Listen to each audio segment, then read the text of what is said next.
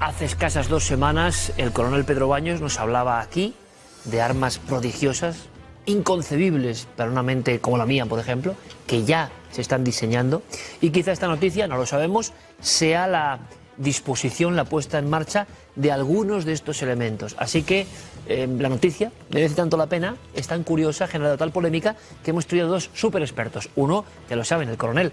Bienvenido, Pedro, como siempre. Hola, buenas noches, Iker. Antes que nada, opinión sobre lo que dice Maduro y, sobre todo, ¿es posible esto? ¿Puede haber sido un ataque, esta especie de complot con con armas, mejor dicho, de la guerra invisible? De los 5 grandes desastres que se han producido en su sistema eléctrico, el gobierno venezolano lo que ha determinado es que algunos pudieron ser simplemente sabotajes, incendios, corte de cables, otros pudieron ser hackeos, es decir, ciberataques, pero también algunos pudieron ser pura guerra electrónica, guerra electromagnética, para mediante sistemas electromagnéticos anular, poner fuera de combate, por así decirlo, todos los sistemas eléctricos. Lo cierto es que hay países que disponen de mecanismos, de bombas, que ahora hablaremos de ellas, que pueden llegar a causar esos efectos. Lo que pasa es que es muy difícil atribuir, la atribución de este tipo de ataques, tremendamente difícil, precisamente porque estamos hablando de esta guerra invisible, esta guerra que se nos escapa, de la que no somos conscientes, incruenta, pero que puede llegar a destruir completamente un país. Cuando hay ataques de este sentido que hace la oposición contra el país, la derecha extremista, sin lugar a dudas, ellos son los autores intelectuales y materiales de este ataque y han utilizado tecnología de alto nivel que solo tiene el gobierno de Estados Unidos en el mundo. Han utilizado armas de alta tecnología y se va a saber cómo fue. Siempre todo se sabe porque Dios está con nosotros y la verdad aflorará de dónde lo hicieron, cómo lo hicieron, quién lo hizo. Ustedes verán, eso está decretado en nuestro destino, la verdad, la verdad. Maduro ha dicho esto, imagino que se ha polarizado el debate, una exageración, una pura leyenda urbana, o se puede hacer. El coronel nos dice que hacer se puede hacer. Es que se ha otra hecho ya, cosa es que, claro, otra cosa es que sea esto. Se ha hecho ya. Se ha hecho ya, se ha hecho ya. Por ejemplo, con bombas de grafito. Las bombas de grafito tienen la capacidad para destruir completamente durante un tiempo el sistema de generación de energía eléctrica de un país. De un país. Esto lo hizo Estados Unidos lanzando bombas de grafito. Lo hizo en 1991 en la primera guerra del Golfo contra Irak, que consiguió anular durante bastante tiempo, ni más ni menos, que el 85% del todo suministro eléctrico iraquí. Pero es que posteriormente, en 1999, en el marco de la guerra de Kosovo, atacando Serbia, consiguió anular, poner fuera de servicio al 70% de todo el sistema eléctrico serbio, con bombas de grafito. ¿Qué es una bomba de grafito? La bomba de grafito lo que lleva dentro son pequeñísimos filamentos de grafito, especialmente tratados, que como son muy conductores de la energía eléctrica, lo lanzan a gran altura, se forma una nube con estos filamentos que se va depositando muy lentamente sobre una estación de energía eléctrica, sobre los cables o por los distintos sistemas que hay en esta estación de energía eléctrica, y lo que hace es producir múltiples cortacircuitos que anulan completamente el suministro eléctrico. Y esto se ha probado ya, o sea, es que se ha puesto en práctica en muchas ocasiones. Y no solo eso, coronel, es que me hablas de hace 20 años. Por tanto, en 20 años, claro, el nivel de perfeccionamiento, pero ¿cómo me cuenta el coronel? Van a permitir, porque claro, uno piensa en una bomba, evidentemente, bueno, pues un ataque directo a otro objetivo. No, aquí es como algo que se va posando casi fantasmagórico sobre una instalación y te la bloquea, te la aísla, te la oculta. Quizá por eso, conociendo eso, Maduro asegura que ha sido víctima de este ataque. Bueno, se une a la mesa David Marugán, consultor de seguridad experto en radiofrecuencias, que además viene con ciertos aparatajes que evidentemente ya enfocan nuestra mirada, porque algo tiene que ver con lo que estamos contando. Y esto, es muy importante, no lo veamos solo como cuestiones de pura geopolítica lejana, sino que a veces se puede trasladar a cuestiones mucho más de andar por casa, puede afectarnos a nosotros, que de eso vamos a hablar. David, bienvenido. Gracias, Iker, buenas noches. Gracias por estar con nosotros.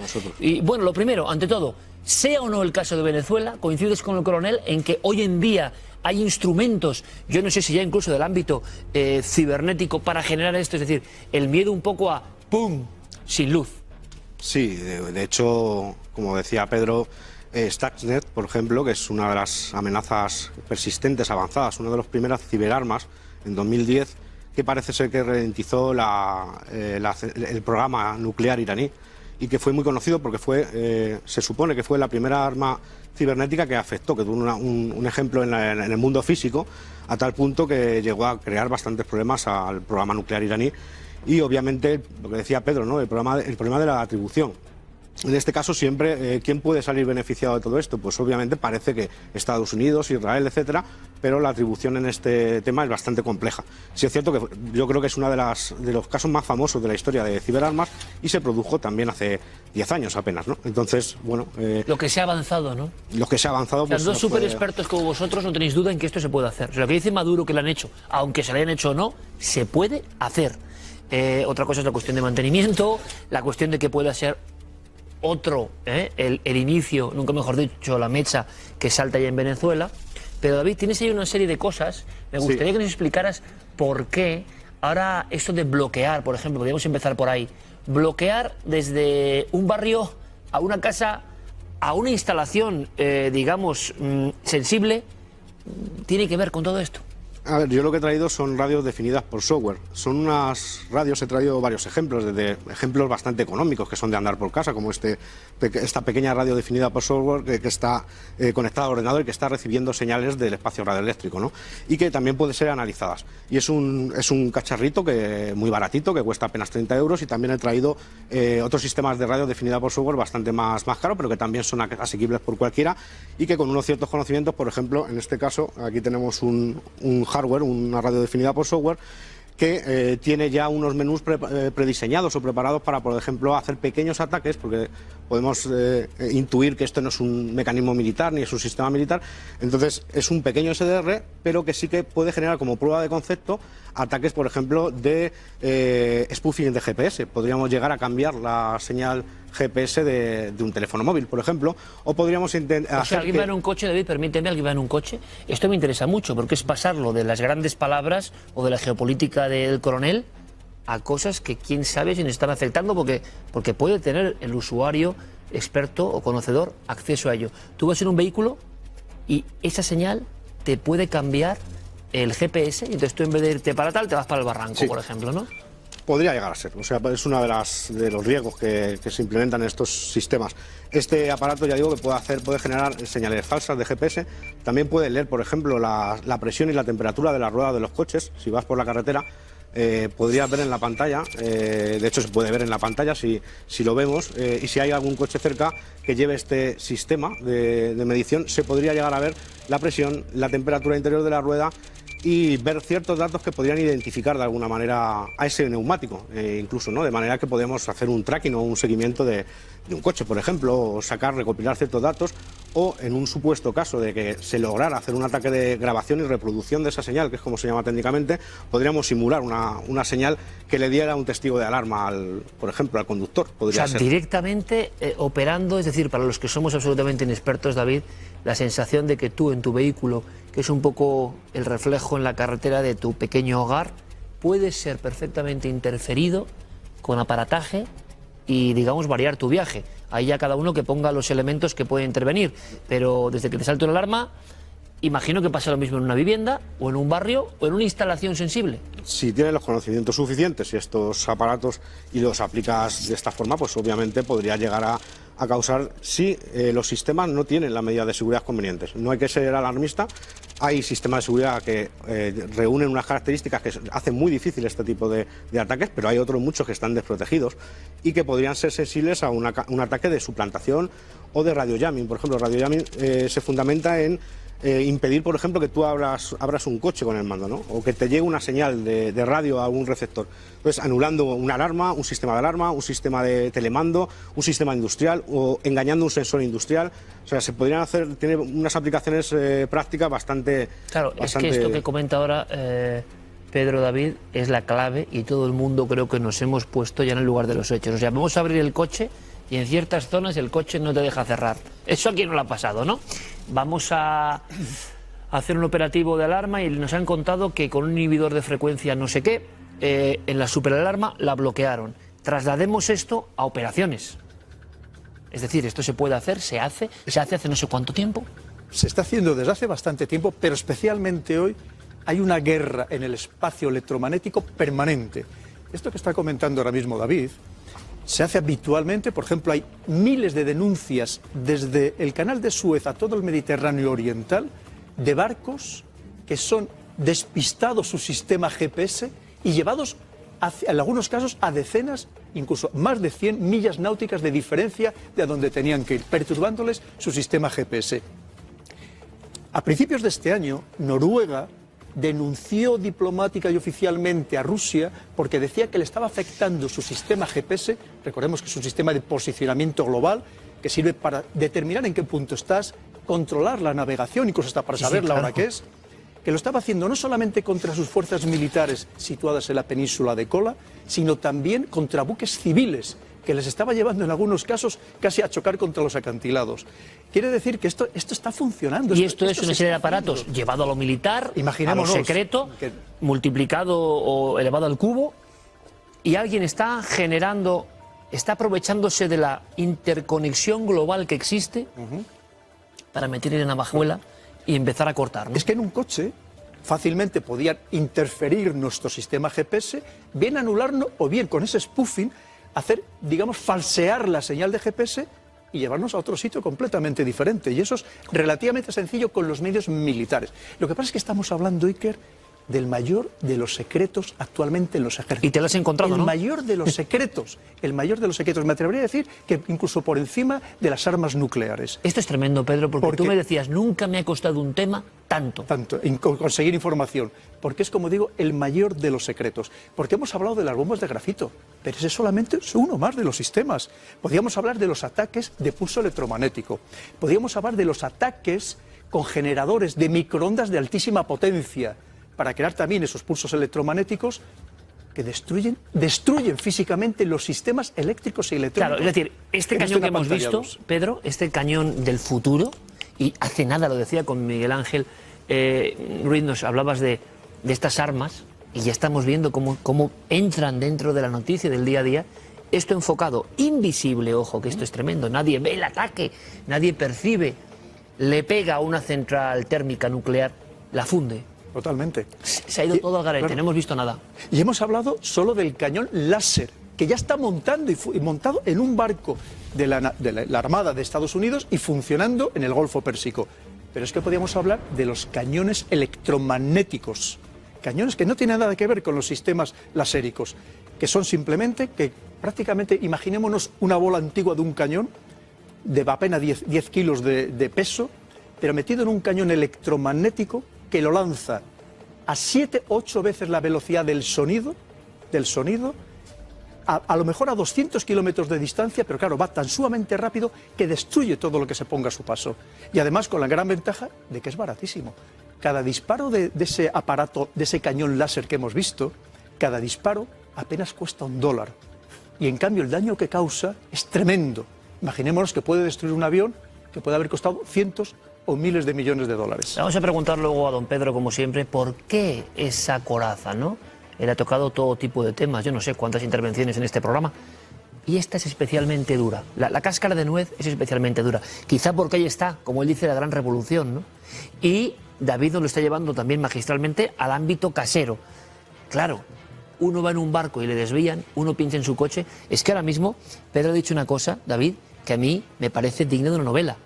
Y no sé si se ha empleado en novelas o no, pero alguien va a una misión X, o a un encuentro X, o a una conferencia X, y de pronto alguien le ha cambiado la señal de GPS en un lugar que él no controla, y lo ha ido desviando hasta pararlo en un punto. Que pare aquí, que aquí te vamos a encontrar. Esto que parece ciencia ficción, se puede llegar a hacer. Sí, de hecho, como comentaba Pedro, ha habido denuncias de este tipo. De hecho, ha habido un informe muy reciente de un think tank independiente que hablaba de que, bueno, cuando se producían ciertas visitas de una personalidad a cierto lugar, pues se encontraban con que todas las embarcaciones que estaban cerca de su posición aparecían en determinado aeropuerto situadas, y obviamente es imposible. Lo que ocurre es que estaban desviando, estaban haciendo un spoofing de GPS de estas señales, de estas embarcaciones, de forma que fueran a parar a un aeropuerto. ¿Por qué a un aeropuerto? Porque es una zona de exclusión. ¿Esto para qué se hace? Para que a este VIP o esta personalidad no lo ataquen con un dron, como pasó precisamente con Maduro. De manera que ese escudo protector lo que hace es espufear la señal. Te apartas los barcos de tu paso. Sí, efectivamente, lo que está apartando es decir, si aquí entra un dron en esta cúpula que yo he creado invisible, dile que se vaya que navegue a un aeropuerto. Yo estoy en un aeropuerto civil, por ejemplo, entonces cuando el dron intenta navegar a este aeropuerto civil, como tiene ciertas, metido dentro de su sistema operativo, ciertas limitaciones legales impuestas, ¿no?, en el propio sistema operativo, pues digamos que no puede volar, digamos que no puede realizar esa acción y se vuelve un poco loco, ¿no? Y es una forma de protegerse. Un dron también es muy posible hoy en día. Claro, es una de las formas de defensa o de protección de personalidades, etcétera, no solo en el ámbito militar, sino en el ámbito político o civil, en el que podemos hacer esta especie de caparazón o cúpula invisible para poder protegernos también de estos ataques. El tema que tiene que ver con elementos que tú puedes traer, haces la cúpula que diría Stephen King, evitando ataques de alguna manera, despejando el camino, porque tu objetivo es proteger esto. Es como un guardaespaldas invisible, ¿no?, de alguna manera.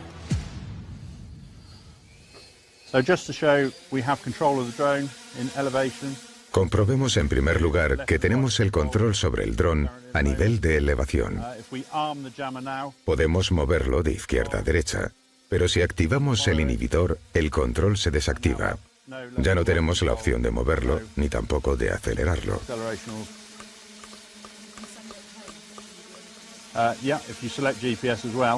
Si también seleccionamos la opción GPS, en unos 10 segundos conseguiremos lo que tratamos de hacer.